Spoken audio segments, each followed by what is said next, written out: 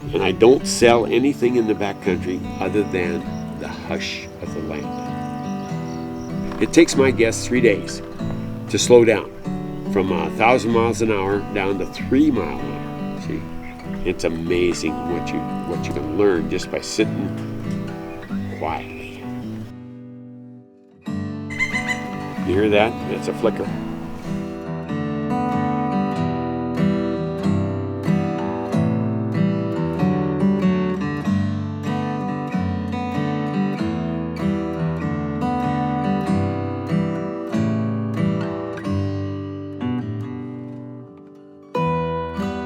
And we continuously fight to get funding.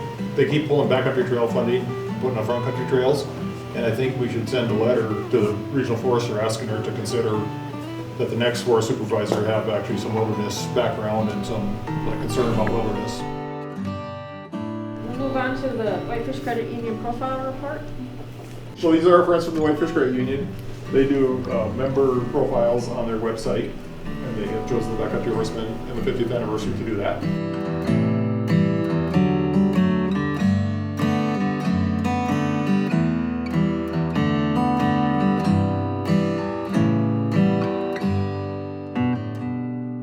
Okay, I think it's time for treats unless anyone has anything else.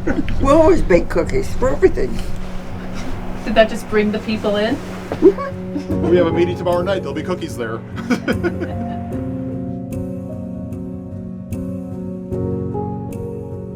The wilderness needs protecting, and it needs other people to understand that it needs to be protected.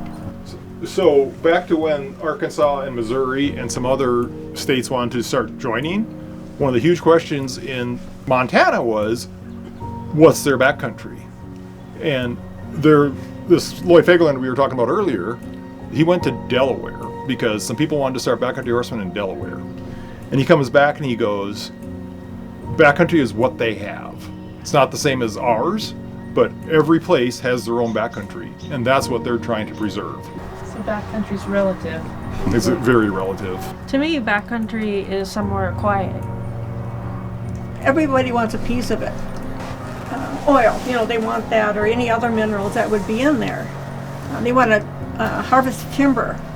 Either to make a dollar or to entertain themselves.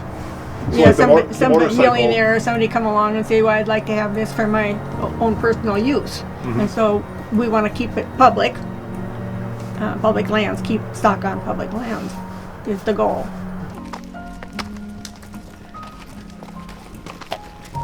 So what would you say has been the biggest change that you've seen?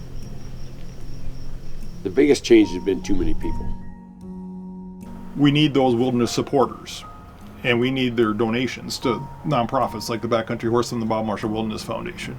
And so, even though yes, a lot more people are moving in, but that to me means let's make them wilderness supporters so that when we need something done in the Bob, we have the support that we need.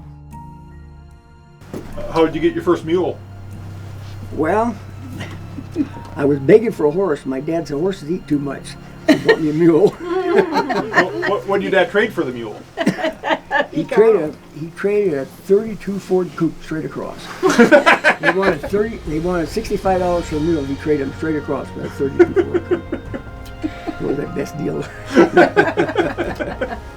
Did you grow up with horses, Phyllis?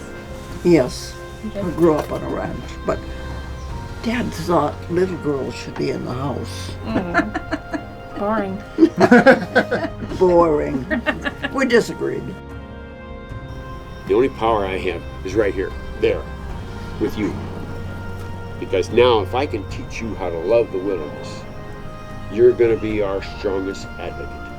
I think we're strong. I think we'll go stronger.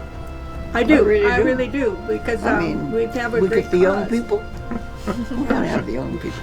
It's really humbling to be out there because in the same sense that you're not around everything that's so overcomplicated, you also kind of understand how small you are, but there's also just complete bliss and peacefulness when you're out there and no judgment from anyone. It's sort of like heaven, you know. Yeah. And you're very spiritual when you go back there. There's God's hand everywhere you look.